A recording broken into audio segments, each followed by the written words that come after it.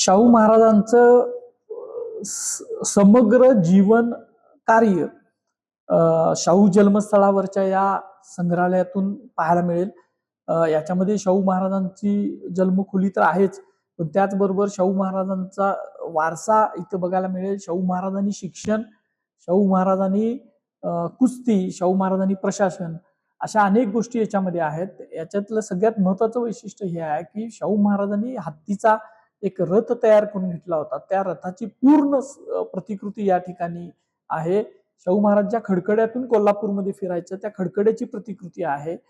त्याचबरोबर शाहू महाराजांनी हत्तींच्यासाठी एक शिवारण्य नावाचं अरण्य निर्माण केलं होतं कोल्हापूरच्या जवळ गगनबावडा तालुक्यात पडसाळी कोलीच्या भागामध्ये. त्या शिवारण्याचं स्केल मॉडेल या ठिकाणी दाखवलेलं आहे, कारण हा त्यावेळेला एक वेगळा प्रयोग भारतातला होता आणि अजूनही ते खंदक आणि हे शिल्लक आहेत. ती सगळं दाखवायचा याच्यात प्रयत्न केलाय. वन्य हत्तींसाठी तयार केलेलं भारतातलं हे पहिलं, कदाचित जगातलं पहिलं अभयारण्य होतं. ते या ठिकाणी तुम्हाला बघायला मिळेल. त्यानंतर मधुमक्षिका पालन आणि शाहू महाराज हा एक वेगळा विषय आहे की शाहू महाराजांनी मधमाशा पालनाचा प्रयोग भारतात पहिला केलेला होता. त्याची पत्र आणि त्याचे मॉडेल्स या ठिकाणी पाहायला मिळतील. शिक्षण आणि शाहू महाराज आहेत.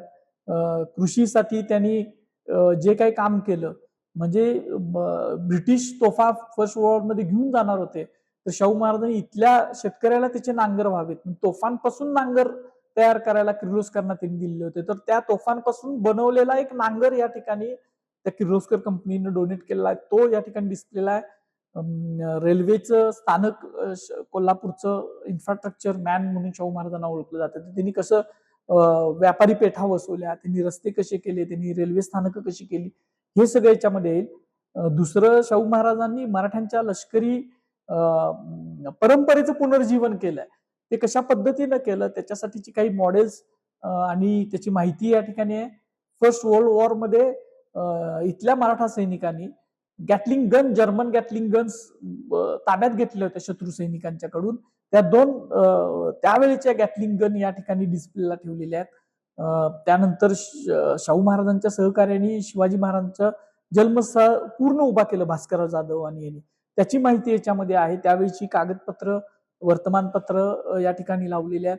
शाहू महाराजांचं विमान आणि शाहू महाराज म्हणजे विमान, शाहू महाराजांनी जायच्या अगोदरच 1 वर्ष त्यांचं निधन व्हायच्या अगोदर त्यांची इच्छा होती की त्यांनी विमानातून मुंबईचा फेरफटका मारलेलाच होता, पण त्याचबरोबर त्यांना काही विमानं सुद्धा उपलब्ध करून घ्यायची होती. त्याचा पत्रव्यवहार त्या कंपनीशी झालेला तो सुद्धा या ठिकाणी लावलाय.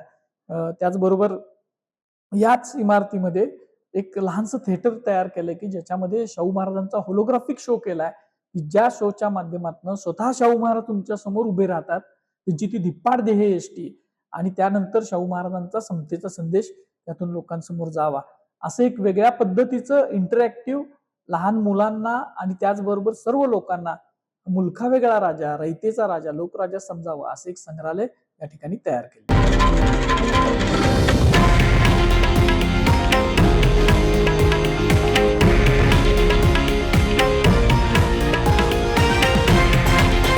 हे आहे देशातील नंबर 1 न्यूज नेटवर्क आणि आपण पाहत आहात TV9 मराठी, एकमेव.